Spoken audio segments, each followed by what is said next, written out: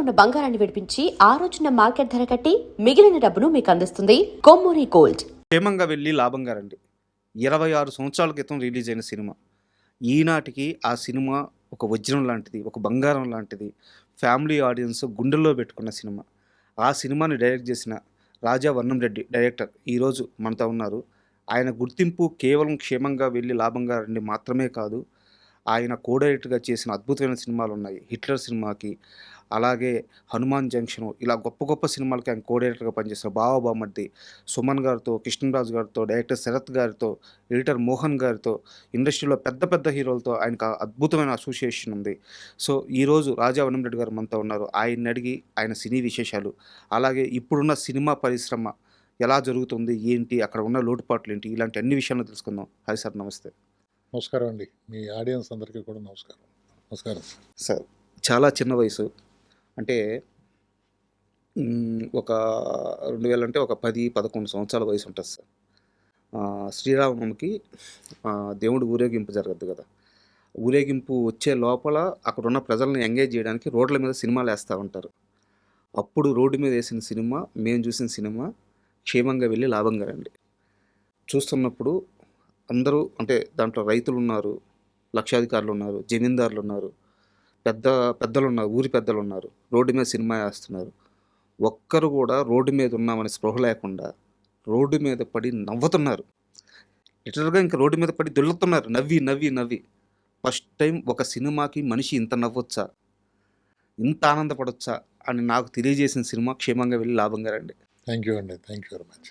అలాంటి ఆ సినిమాని తీసిన ఆ డైరెక్టర్తో ఈరోజు ఎదురుగా కూర్చొని ఉండడం చాలా అదృష్టంగా భావిస్తున్నాను. అయ్యో సార్, మీ జర్నీ మొత్తం, అంటే చాలా కష్టపడిన తర్వాత మీరు డైరెక్టర్ అయ్యారు. అవునండి. క్షేమంగా వెళ్ళి లాభంగా రండి మొదటి మూవీ. దానికంటే ముందు మీకు ఒక పెద్ద జర్నీ ఉంది. అవును సార్. సో మనం ముందు క్షేమంగా వెళ్ళి లాభంగా రండి గురించి మాట్లాడుకున్న తర్వాత మీ జర్నీకి వెళ్దాం. అలాగే అలాగే. 2000 సంవత్సరం ఫిబ్రవరి ఆ సినిమా రిలీజ్ అయింది. అసలు యాక్చువల్గా అప్పట్లో ఈ ట్రెండ్ లేదు సార్. అంటే ఇంతమంది హీరోలను పెట్టి, అవునండి, ఇన్ని పేర్స్ని పెట్టి ఒక ఫ్యామిలీ బ్యాక్డ్రాప్లో సినిమా చేయడం అనేది ఈ పేరు లేదు. అసలు ఎలా క్షేమంగా వెళ్ళి లాభంగా రండి ఆన్ బోర్డ్ అయింది, ఆ ఆలోచన ఎలా వచ్చింది, ఎలా కార్యరూపం అయింది అది? సార్ నేను యాక్చువల్గా ఎడిటర్ మోహన్ గారి దగ్గర కో డైరెక్టర్గా బావబామర్దికి జాయిన్ అయ్యానండి. సార్,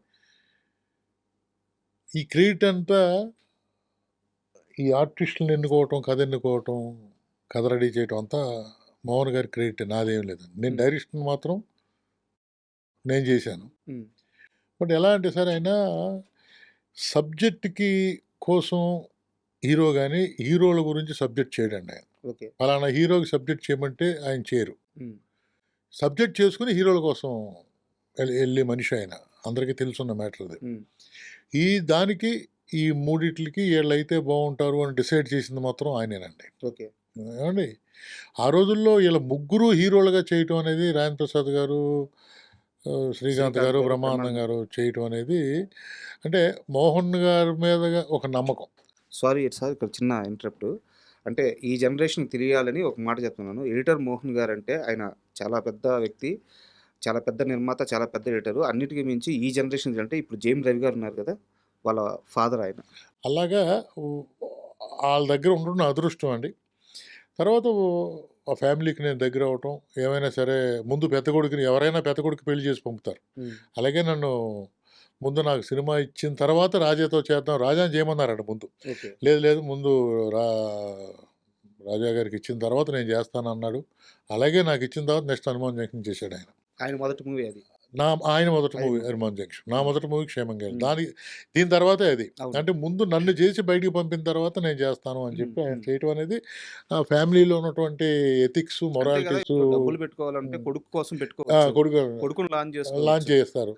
కానీ నన్ను ఒక వ్యక్తి కాసుకొని ఉన్నారు, నా ఇంట్లో బిడ్డ అయ్యాడు, అతనికి లైఫ్ ఇచ్చిన తర్వాత సొంత బిడ్డకి ఇవ్వాలి అనుకోవడం అనేది ఈ లైఫ్లో ఎవరు ఉండరండి, ఎవరు ఉండరు. అలాగే అమ్మగారు కూడా సపోర్ట్ చేశారు. అదేంటది, అతను ఇంట్లో ఉంటున్నాడు, మన పెద్ద కొడుకు కింద ఉంటున్నాడు, ముందు అతనికి ఇచ్చి పంపిద్దాం, తర్వాత చేద్దామని చెప్పి ఫుల్ సపోర్ట్ అండి. అలాగే పాప ఉంది, అమ్మాయి రోజా, అమ్మాయి డాక్టర్. మొత్తం ఫ్యామిలీ మెంబర్స్ అందరూ ఓటేసి ముందు రాజాని డైరెక్షన్ చేద్దాం, తర్వాత మోహన్ గారి అబ్బాయి రాజా చేస్తాడు అన్నది సంకల్పంతోనే నాకు డైరెక్షన్ ఇవ్వడం కారణం అండి. ఓకే, అలా అప్పటికి మోహన్ గారు సూపర్ డూపర్ హిట్లు చేస్తున్నారు కాబట్టి ఏ హీరోని అడిగినా మోహన్ గారు చూసుకుంటారులే అనుకునేవారండి. అలాగా ఆ ఆర్టిస్టులందరూ చేయటం, ప్రకాష్ రాజ్ గారు, రమ్యకృష్ణ గారు జంటగా దొరకటం కూడా ఆయన వల్లే వచ్చిందండి. నాకు ఇక్కడ ఒక చిన్న డౌట్. అంటే 2000 సంవత్సరం ఎర్లీ టైంకి కూడా రమ్యకృష్ణ గారు టాప్ హీరోయిన్గా మూవీస్ చేస్తున్నారు. అవునండి, చాలా పెద్ద క్రేజ్ ఉంది. అవునండి. అలాంటిది ఈ సినిమాలో నిజానికి చెప్పాలంటే ఆమెది ఇంపార్టెంట్ క్యారెక్టర్ అయినా సరే చాలా తక్కువ నిడి ఉండే క్యారెక్టర్. సరే ఎంత అదే కదండి లీడ్ సార్. ఇప్పుడు ముగ్గురు ఫ్యామిలీస్ని బాధ పెట్టే ఇరెగ్యులర్ క్యారెక్టర్స్ ఉన్న ముగ్గురిని ఒక జంట దారిలో పెట్టి జంటే ప్రకాష్ రాజు అది అవును. ఆవిడ. అవును. అటువంటిప్పుడు చూడండి మీరు, ఒక ఇంపార్టెంట్ క్యారెక్టర్ అండి, చాలా ఇంపార్టెంట్ చాలా ఇంపార్టెంట్ క్యారెక్టర్. ఒక 4 సీన్లైనా అంటే ఆర్టిస్టులు ఎప్పుడు చిన్నదా పెద్దదా అని చూడరు సార్. దాంట్లో నేను చెప్పింది ఆడియన్స్ వింటారా, నేను కరెక్ట్గానే ఉన్నానా అనే చూసుకుంటారు తప్ప లెంగ్త్ గురించి ఎవరు చూడరండి. ఆ కోవకి చెందిన ఆవిడే రమ్యకృష్ణ గారు. అంటే ఇక్కడ నా డౌట్ ఏంటంటే అదే టైంకి ఆమె పెద్ద పెద్ద హీరోతో పేరు చేస్తున్నారు. చిరంజీవి గారితో అప్పటికి సినిమాలు చేస్తున్నారు, బాలకృష్ణ గారితో చేస్తున్నారు. అలాంటి టైంలో ప్రకాష్ రాజ్ గారి భార్యగా పేరుగా చేయమని మీరు అడిగినప్పుడు ఆమె రియాక్షన్ ఏంటి? ఆవిడ హ్యాపీగా అంటే సినిమా చూపించామంట, ముందు సినిమా చూడమ్మా అని చెప్పి చూపించారు. ఓకే. చూపించిన తర్వాత ఆ క్యారెక్టర్ చూసి దీంట్లో నేను ఏం చేయాలని అడిగింది ఆవిడ. మనం ఆ క్యారెక్టర్ చేయాలంటే నేను చేస్తానన్నారు. నో ఇది. కానీ మోహన్ గారు చేస్తే క్యారెక్టర్లో డెప్త్ దానికంటే డెప్త్గా చేశారు క్యారెక్టర్ ఆయన. కొన్ని సీన్స్ అంటే మీకు ఒక ఇంట్లో ఒక బ్రాహ్మిన్స్ ఇంట్లో ఒక పెద్ద ఆవిడ ఎలా బిహేవ్ చేస్తారో ఆ క్యారెక్టరైజేషన్ మోహన్ గారే తీసుకొచ్చారు. అది ఇలా చేయాలి అనుకుని అలాగా నాకు స్క్రిప్ట్ చెప్పడం, ఆ స్క్రిప్ట్ని నేను తూచా చెప్పకుండా ఎలా చేస్తే బెటర్గా ఉంటుందని చెప్పి చేసుకుని వెళ్ళటం జరిగింది సార్. క్షేమంగా వెళ్ళి లాభంగా రండి అనే సినిమా ఆ మాట విన్నా అది చూసిన ఫస్ట్ గుర్తొచ్చేది బ్రహ్మానందం గారు, కోవై సరళ గారు. అవునండి. వాళ్ళ పేరు చేసిన ఆ కామెడీ అసలు ఆ సినిమా మొత్తాన్ని అద్భుతంగా నిలబెట్టింది. ఆ సీక్వెన్స్ అంతా. సో ఎలా సెట్ అయింది వాళ్ళిద్దరిది? అంటే ఎలా సెట్ అవుట్ అంటే సార్, ఇప్పుడు ఈ వడివే గారు చేశారండి దాంట్లో సార్, కోవై సరళ గారు చేశారు సార్. ఇక్కడ కోవై సరళ గారు ఓకే, ఎవరైతే బాగుంటారు అన్న దాంట్లో బ్రహ్మానందం గారు అయితేనే బాగుంటారు అని ఒక నిర్ధారణకు వచ్చి బ్రహ్మానందం గారి సినిమా చూపిస్తే అంత ఇంట్రెస్ట్ చూపలేదు ఆయన. ఓకే. అంటే దానికి నేను ఎడిట్ అయిపోతానేమో, నేను చేస్తాను అన్న ఉద్దేశంతో ఆయన సినిమా చూశారు. కానీ ఒరే ఇంక మళ్ళీ నన్ను ఒరే అంటాడు ఆయన. ఆ సినిమా నాకు చూపించొద్దు, ఇంకా నేను చూడను, అయిపోయింది, నాకు అర్థమైంది క్యారెక్టర్ అని చెప్పి ఆయన సొంత మైండ్ తోటి చెప్పినట్టుగా చేశారండి ఆయన. ఓకే. అవునండి. అందువల్ల ఆ క్యారెక్టర్ అంత పడటానికి కారణం. ఇక్కడ నాకు ఒక చిన్న డౌట్. కోవై సరళ గారు బ్రహ్మానందం గారిని అన్న అంటారు. అవునండి. వాళ్ళిద్దరు అన్న చెల్లెళ్ళని పిలుచుకునేవారు. ఈ సినిమాకి ముందు కూడా వాళ్ళు అలాగే ఉండేవారు.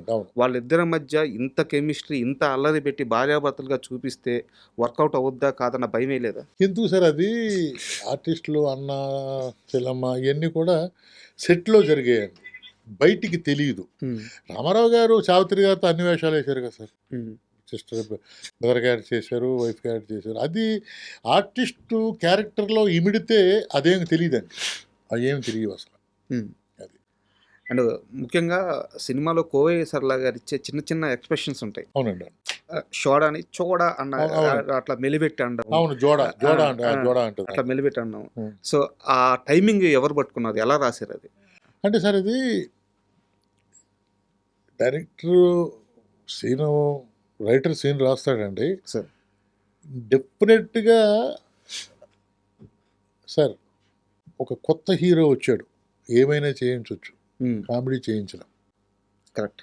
స్వతహాగా తన కామెడీ టైమింగ్ పంచ్ ఉండాలి, ఎక్స్ప్రెషన్ ఉండాలి. కామెడీ చేయటం అంత ఈజీ కాదు సార్.